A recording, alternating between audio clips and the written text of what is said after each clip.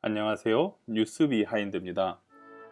최근 국제원자력기구가 영변 핵시설에서 원자로 작동 징후가 보인다고 발표했습니다.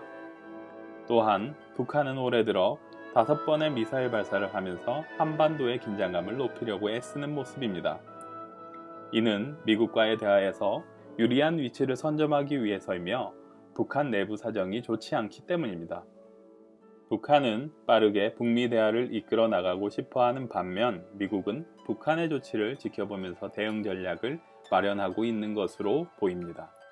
미국과 북한은 30년에 가까운 기간 동안 핵 협상을 지속적으로 진행했습니다. 1989년 프랑스에서 북한의 핵시설을 발견하고 북한이 핵 확산 방지 조약을 탈퇴하면서 북한 핵 문제는 시작됩니다. 1994년 지미 카터 전 대통령이 방북을 하면서 첫 번째 핵 기본 합의를 이뤘습니다. 경수로 2개를 건설해주는 대가로 플루토늄 생산 원자로를 동결하고 폐기하기로 약속했습니다. 하지만 미국의 공화당에서 경수로 건설을 반대에 나서면서 약속이 지켜지지 않았습니다. 공화당에서는 북한을 신뢰할 수 없다는 이유였습니다. 약속이 이행되지 않자 북한은 1998년 대포동 미사일을 발사함을 시작으로 핵무기 개발을 비밀리에 진행했습니다. 그로 인해 첫 번째 합의는 폐기되었습니다. 그 후 2003년에는 미국의 요청으로 중국과 러시아 등이 모여 6자 회담을 시작하였습니다. 2년간 치열한 회담 끝에 2005년 9월 19일에 공동 성명을 이뤄냈습니다. 북한은 모든 핵무기와 시설을 검증 및 폐기하는 조건으로 안보 보장, 경제 개발 지원, 종전 선언, 경수로 지원을 약속받았습니다. 하지만 이 또한 오래가지 않았습니다. 회담 직후 미국은 북한의 자금줄인 방코델타 아시아은행의 자금을 동결하였습니다. 그로 인해 북한이 2006년에 핵실험을 실시하였으며 2008년 핵시설 방문 점검을 허용하지 않으면서 9.19 성명도 파기되었습니다. 그 후 오바마의 전략적 인내로 인하여 오랫동안 협상이 이루어지지 않았습니다.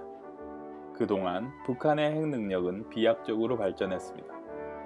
북한의 핵 능력과 미사일 능력이 고도화되면서 미국에 위협을 끼치자 다시 협상이 시작되게 됩니다.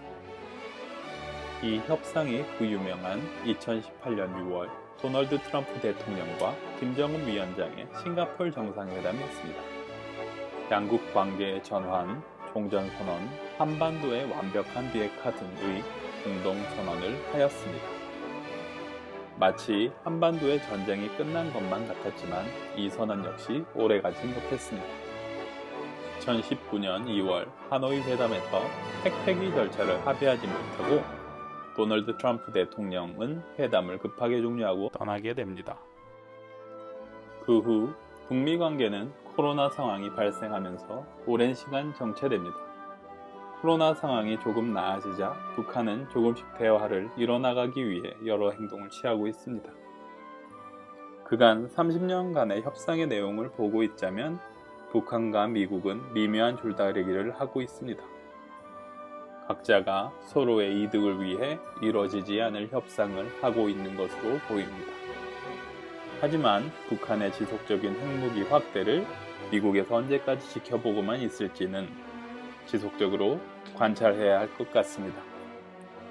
북미 간의 대화가 이루어질 때까지는 한반도의 긴장이 지속적으로 고조될 것으로 보입니다. 오늘도 감사합니다.